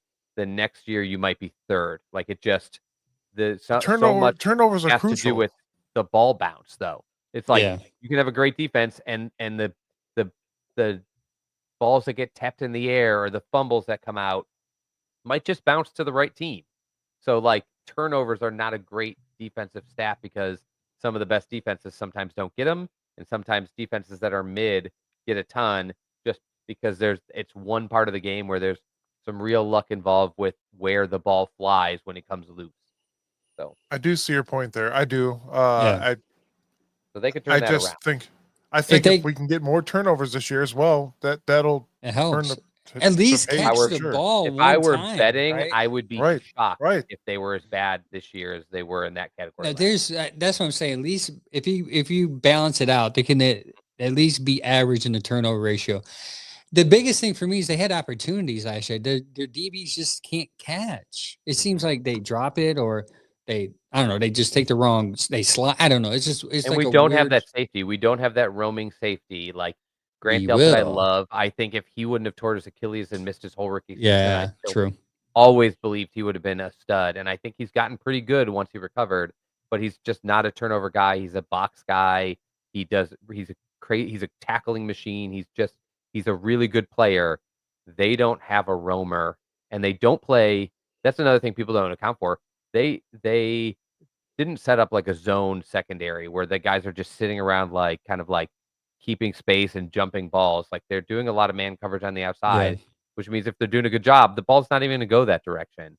So, but what they need in that situation is a safety who just has an eye for getting I know right there where somebody. the ball's going to go. Listen, Like, guys, I know Carson somebody. we got to be Schwetzinger, bad enough. Three We got to be bad interceptions. enough. Three but interceptions this year. Carson Schwetzinger. Yeah, Three he He's would talking help. about Downs. I He's was talking about Caleb Downs. Downs. I know a Oh, guy. He's talking about Oh, Caleb Down in Downs. I Columbus. Yes. love that kid, and I'm it's letting you just know right now. If I you do don't know if we'll be yeah. bad enough to get a quarterback and him. That's I'll the be problem. honest with Well, you. depends on one certain team. I'm gonna be honest with you. I made it pass up on a quarterback with that first pick to No get Caleb way. Downs. I will do that in a heartbeat. He's a better player here. for Heartbeat. sure, but it's very much the Tennessee Titans model where it's like, I don't think Cam Ward was the best player in that draft. I don't even think he was a top 5 player, but he's a quarterback, so He's a you're quarterback. just Yeah, taking you him, get right? him. Let me He ask you guys changes a their question. team more than Sorry. the pass rusher, than Hunter, than all these other great I guys. don't know, man. Let I me might ask you change guys my a mind, question. but Downs They or say we're bust gonna- for me. They say we're going to tank the season for a quarterback next year. As of I think listen, I know, but listen, as of right now, after seeing that Ohio State versus Texas game, would you guys pick up Arch Manning next year? No, I mean it's too. The way he looks now, no. I'm just saying. I'm just saying. He's no. young. It's He could only look- 4-star. He could look incredibly Start, yeah. different, in December. So that to me, he's so young that like it matters how he looks in December and January if they even make the playoffs. But then it does now. Like this is just early. Like, and he's going to be a young draft pick. But again, I'm still not convinced he comes out. And after seeing him on Saturday, He might looks not like he want could to develop a lot more. Yeah, Yeah. he could improve himself a lot. And I'd it's tell you- different now. You can It make goes to $5 show. million and get better at NFL football by just staying in school. Okay. Yeah, It goes to show your last name doesn't mean everything. yeah. For He's sure. got to put in the work. I'm going to leave that. Yeah, I'm going to leave that I'm there. going to tell you guys right now. I'm on the Caleb Downs or bust train. Maybe one of these quarterbacks by December is like going to change him. my mind. But I He's not love a secret, Caleb and I Downs. think he's going top. I think he's going to be a guy that literally Top and 3. you just don't see this at safety very often. He's going to go, I think, top 5. And Yeah. I'm thinking back to when it was like Eric Berry. I remember going that Yeah. high. You just don't see a lot of safeties go as high as I think he's going to go. I think he's going to come out as being like, oh, he's the number 2 prospect in the draft, and because he's a safety, he's going to slide to 6 at most. Like he Listen, looks exactly like you thought he would look this Yep. year after seeing what he did last year, and I do think he's a very potential top 5 guy. And if the Browns pull a pick in that position, I can't imagine they have to go quarterback. honest question, guys. Can you imagine Carson Schlesinger, JOK, and Stop. Caleb Downs in the backfield? That is exactly what I envision when I say you get Caleb Downs. That Gotta score defense, points you're not going to too, get a but I first get it. down. You're not going to get a first down on these guys. Yeah, There's no I get way. You it. can win 3-0 every game. The kid's incredible. Yeah, and I think he's that good. I do I think know I'm he's being like extreme, in that realm yeah. of those guys that are that good.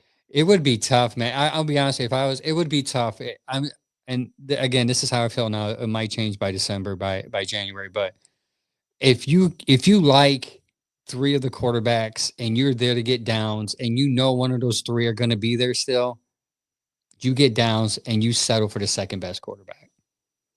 I don't I even know if they'll be in position to get the first one. There's just so much to go. Like you said, like let's say we win 7 games. Let's say the Jaguars win 6. You might have to use both those picks to get up Yeah, to you're right. either one of those guys. Like Yeah. you're like, well, we're not going to sit here at 9 and 11. We need to pick in the top 5. Yeah. So they'll trade. well, realistically, think about what Chad said. You guys, you got next year's quarterback draft is going to be a little bit different than this year's. Way different, obviously. You hope. Well, you hope, but these guys are staying in college now Because the of the NIL money. Yeah. Right, the NIL money You're is a there. junior. You played 1 season. You're out, and because this is your best chance while you're hottest. Now that's not the case anymore. Right, so the tables have turned. Now you got to look at that aspect of everything when you're going into a draft as well, and it changes. It's going to be an insane year next year for quarterbacks, I believe. Depending on what happens this year for certain teams, there's going to be a Who lot knows of who'll teams be looking for looking? quarterbacks. We just don't know who will be looking. Will Right, Yeah. the Saints be that's- looking, or does Tyler Shuck actually show up and that second round pick was worth Dude, it? I It would almost take a picked him. miracle. Oh, I would take almost a picked him in- miracle to me if Gabriel like turned out to be so good, like Brad said, that you're like, yeah, we're not going to look. Like, how good would somebody have That to would be on the team? amazing. Yeah. Sanders that's or true. Gabriel, where you're like, we're not going to look. I feel like you'd have to win several games to end the season for them to be like, Yeah. oh, it's not going to be like a guy like comes out, plays the last 6 games, goes 3-3, and they're like, we're good. Like that's not. They're going to say we could be, but we'll draft one next year, and if he's good enough, now we've got capital. But Yeah. So I'm really quick. I want to thank everybody that joined our fantasy league this year. Thank you guys. I hope it's an awesome year, just like last year. We all had fun. This year's quarterback picking was so weird. It was weird. Like, I'm not kidding. Patrick Mahomes was there in like the 32nd pick. there's He's so many not- quarterbacks. Yeah. Somehow we are the only team that doesn't have. I know, but I mean, still, like I We think had that Jalen Jalen 5 Hurts. teams in the NFL that have a quarterback that I'm like is not fantasy relevant, and that's so sad that we're one of them. Yeah. I picked up Sad. Jalen Hurts, and I got a B+ on mine. Sam got an F on his. And Sam also said, "Sorry guys, he's in internet purgatory right now, but he will be Yeah, back Yeah, next that week." was messed up. Last thing before we go. The first week of college football was weird to watch these quarterbacks.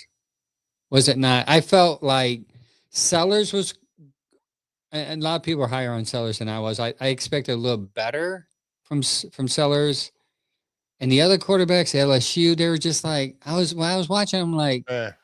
and of course you got the Shador card. Like Shador is better than these guys. You're like, I can't argue that because Shador Could can be. be better than these guys. Yeah, he could be. Yeah. That's going to be the wild card. Is Yeah. I agree with you guys and Brad. Like Sanders probably has the higher upside because his physical tools, like, and the things that he is good at, if he puts everything together, could be good enough to be a starting quarterback. It's just, it's a weird mix, and they're not as known. Like Drew Aller, like was a guy that people loved at the end of this year. Now he's somehow like kind of dipped a little bit in the talk.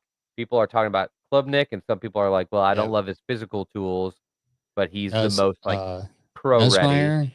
Nussmeier and Sellers are the two that Yeah, are a little more dynamic and have more upside. Yeah, he So- was And there could be a Brown's secret, film like- breakdown was high on him. Yeah. Cam Ward was like non-existent until about midseason. People were Oh, like, who was that? this guy is Yeah. consistently killing it, and he wasn't even on the radar. And then guys like Quinn Ewers and Carson Beck, who were supposed to go like 1-3 in the draft. And because they got injured, they went back in. One of them stayed back in. The other one got drafted in the 6th round. So it's like there's so much to it. Will the Browns need one? Will they be picking high enough to get one? And how do all these guys shake out? It's just so much, which is why it's like I'll be watching throughout the year, and clearly so are the Browns. There was a Browns contingent of scouts at Everywhere. every major quarterback game this Yep. weekend. So for anybody out there that's living in like fantasy land and don't think the Browns are fully committed to seeing if a quarterback is their next pick, you're crazy. They're definitely doing that. But yeah, it's going to be just I won't dwell on it all year because there's so many pieces. I'll probably start thinking about it in December. That's when it Yeah. will be like it's too hard to not start paying attention to it. But I'll be trying to catch some of these games. And last year I was not interested. This year I will be. Yeah, there's so many that come out, and that's the thing. Sometimes you think like if there's like a handful, maybe 6 to 7 that come out, you think one of them be like, I'm gonna go back because I'm gonna be pushed down in the draft order, So that might They even get paid change now. things too. Yeah. It's so So much yeah, more money. Cincinnati. Let's end it here. Hold You on. guys think? I have No, one you go special ahead. announcement. Guys, I this is my Oh daughter yes, at yes. That's a good announcement. Navy That's boot camp. important. She graduated Navy boot camp, and she's moving on to bigger and better things. And this was a pivotal moment in her life. She is an amazing young woman, and I couldn't ask for anything better right now than this picture.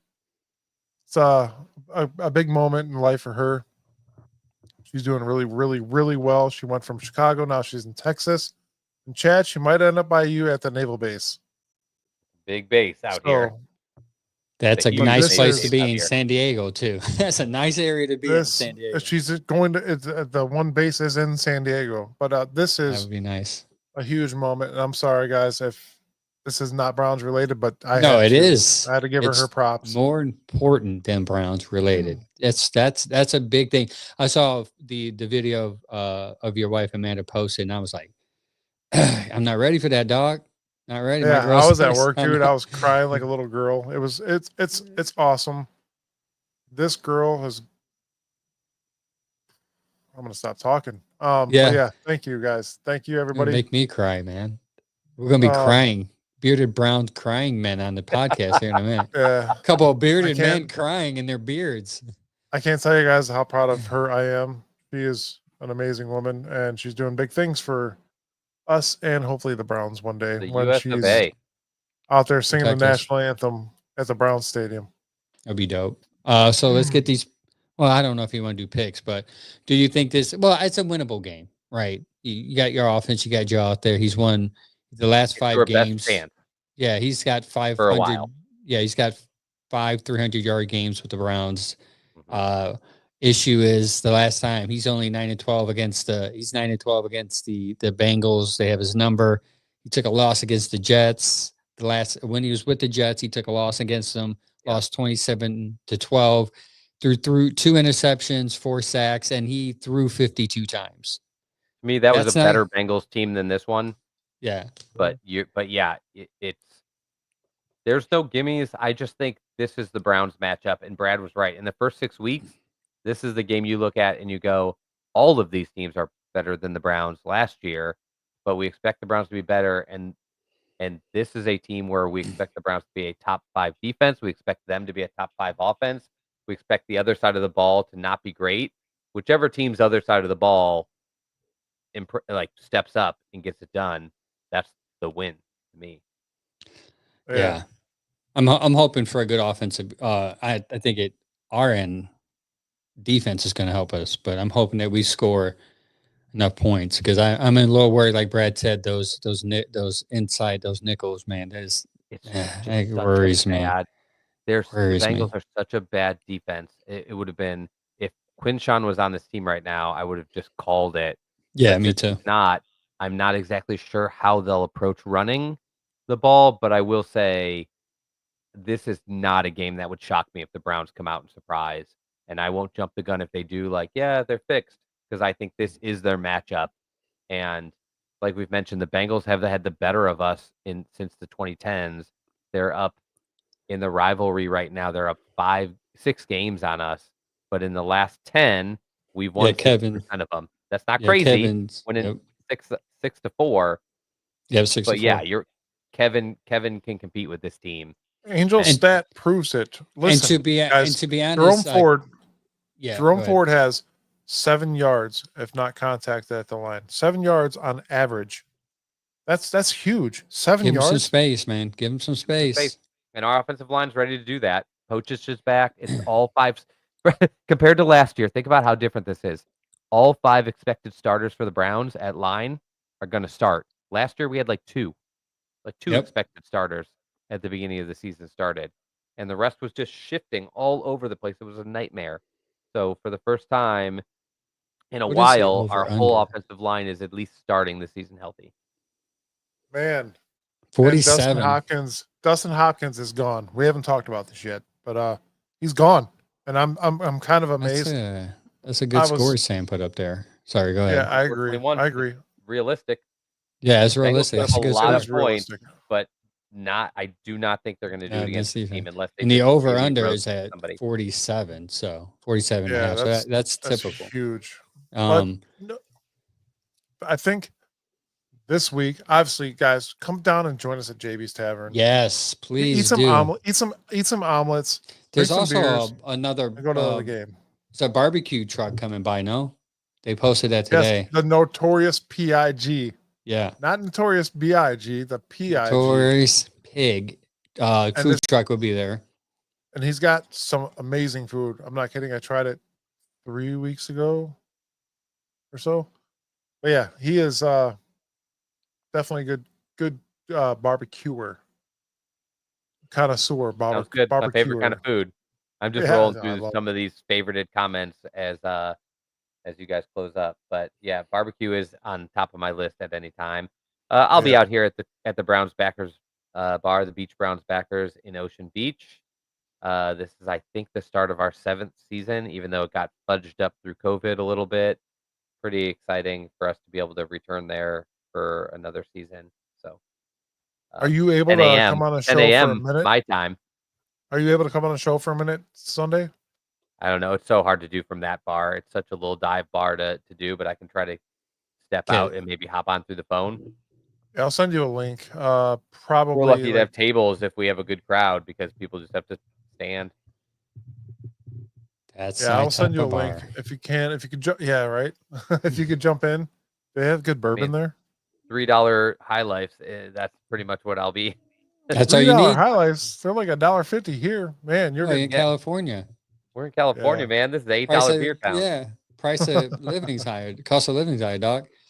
Well, follow us on all our socials. Don't forget, meet us at JB's starting 9 o'clock. We'll be live starting at 10 o'clock. Hang out with us for an hour, then we'll go live.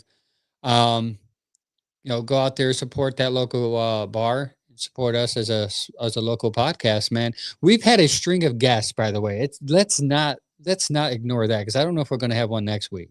Maybe we will, but either way, we had a string of guests. Thank you to every one of those guests that came on and did it. We're still missing one. There's one that we've been wanting, and I was this close. Man. Mm-hmm. And Cameron Justice. I was going to say, I can't wait till we get her. Yeah. Cameron, I was in Strong's. I live in Strong's. She was in Chipotle. And I was like, man, that looks like Cameron Justice. Don't tell her we kept Brad Ward on here for over an hour. Yeah. Yeah. No, tell her 20 minutes. Yeah, 20 minutes. So I was like, oh man, I gotta get this is fate. Because me and Chad's been wandering around. I've been trying to hit her up on X. She's just been like, yeah, she's one of our favorites. So I was like, she was in the middle of ordering, so I didn't want to be that creepy dude. I'd be like, hey, I know there's some chicken on that plate, but you want to be on my podcast? So I thought I would have enough time, but by the time I ordered my food, look back, she was gone. She was gone. Like, I mean, she did comment back on X saying that she would come on, but at the same time, I'm stuck in between. Do I continue to like push the button and sound stalkerish, or do I just coast and just let it go? Well, listen, let it happen organically. That is great, but there's also another guest that we might have on here soon. Angel, thank you for replying to that email today. That's going to be huge. It's going to be, I'm pretty sure me and you are the only ones that have access to the email, so I'm pretty sure it was you. No, yeah, it was me, but I think. Right, cool. Yeah, I replied and then you replied today. Yeah. So I'm not gonna announce that just yet, but we're working on something pretty big. And Chad, we'll tell you, Chad. We'll tell you in the comment in our text. But yeah, it'll be huge. It might require you, Chad. We'll give you a heads up. It might require you to come on a different day other than Tuesday, but we'll get you a heads up if that's the case. Okay. It's a pretty cool guest. But anyway, follow us on all our socials. We'll be live. We will give you our reaction show next Tuesday, 7:30. Hopefully it's a Victory Tuesday or it'll be Therapy Tuesday. Either way, we will be here Tuesday, 7:30, all platforms. Follow us on all platforms. X is doing great. Shout out to Chad for operating that. We just hit over 500 subs on YouTube. Of course, Facebook has always been our number one. We're about to hit 6K on that. So we've been moving and grooving. So shout out to everyone that supports our reels, our statuses, our X's, our tweets, whatever. Thank you, man. It means a lot to us that we started this 3 years ago, and now we're kind of gathering a little snowball effect of following here. It's pretty cool. Yes, absolutely. Thank you guys all for joining us tonight. And until then, Go Browns. Browns. Thank you, Brad That was Ward. one of our better ones. Yeah. yes, that was actually perfect. We will see you guys And this Sunday. No, we will see Peace. you guys this Sunday at JB's Tavern live. Don't miss it. Don't be that guy. Till Yes. then, go Browns.